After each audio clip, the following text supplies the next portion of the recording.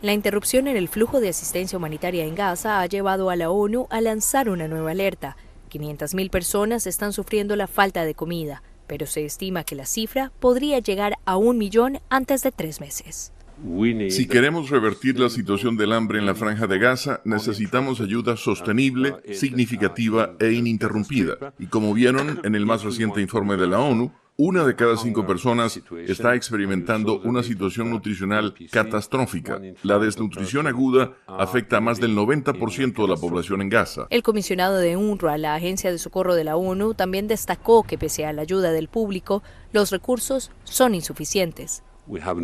El público ha demostrado una gran generosidad, pero eso no compensa la suspensión de nuestro principal donante, que es Estados Unidos. E incluso si tuviéramos la ayuda de ese país, definitivamente no estaríamos en un camino sostenible en lo que respecta al financiamiento de la agencia. La crisis de comida se registra mientras Israel avanza en su ofensiva, bajo la cual la Corte Suprema del país ha establecido que incluso los ortodoxos deberán estar dispuestos a integrarse a sus filas en el ejército, anuncio que la comunidad no ha recibido bien.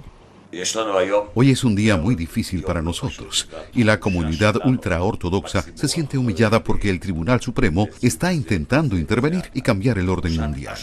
El anuncio se registra solo 2 días después de que el primer ministro israelí Benjamin Netanyahu dijera que la guerra en la Franja de Gaza entrará pronto en una nueva etapa. Julian Assange, el fundador de Wikileaks, acordó declararse culpable de un solo delito grave de obtener y revelar ilegalmente material de seguridad nacional a cambio de su liberación de una prisión británica, poniendo fin a su largo y amargo enfrentamiento con Estados Unidos.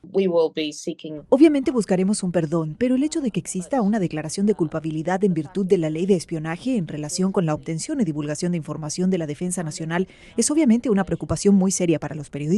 A Assange, 52 años, se le concedió su solicitud de comparecer ante un juez federal en uno de los puestos más remotos del Poder Judicial Federal, el Tribunal de Saipán, la capital de las Islas Marianas del Norte, muy cerca de su país de origen, Australia. Esta elección tiene una específica razón. Hay menos posibilidades de que se produzca mucho caos con la prensa, la cobertura de prensa y todo eso. Entonces, querían hacer esto de manera eficiente y hacerlo en un tribunal de los Estados Unidos. Se espera que sea sentenciado a unos 5 años, el equivalente al tiempo que ya cumplió en Gran Bretaña. Entonces será un hombre libre después del juicio. Su liberación no fue inesperada. A principios de este año, el gobierno australiano sugirió que los fiscales estadounidenses debían concluir el caso y el presidente Biden señaló que estaba abierto a una resolución rápida.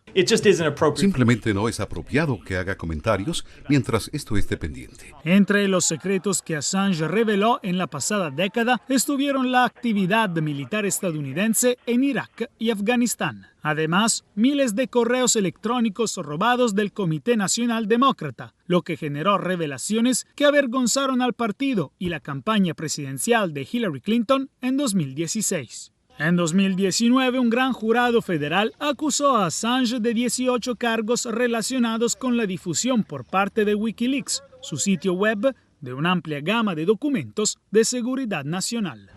Desde Washington, Jacopo Luzzi, Voz de América para Telearuba.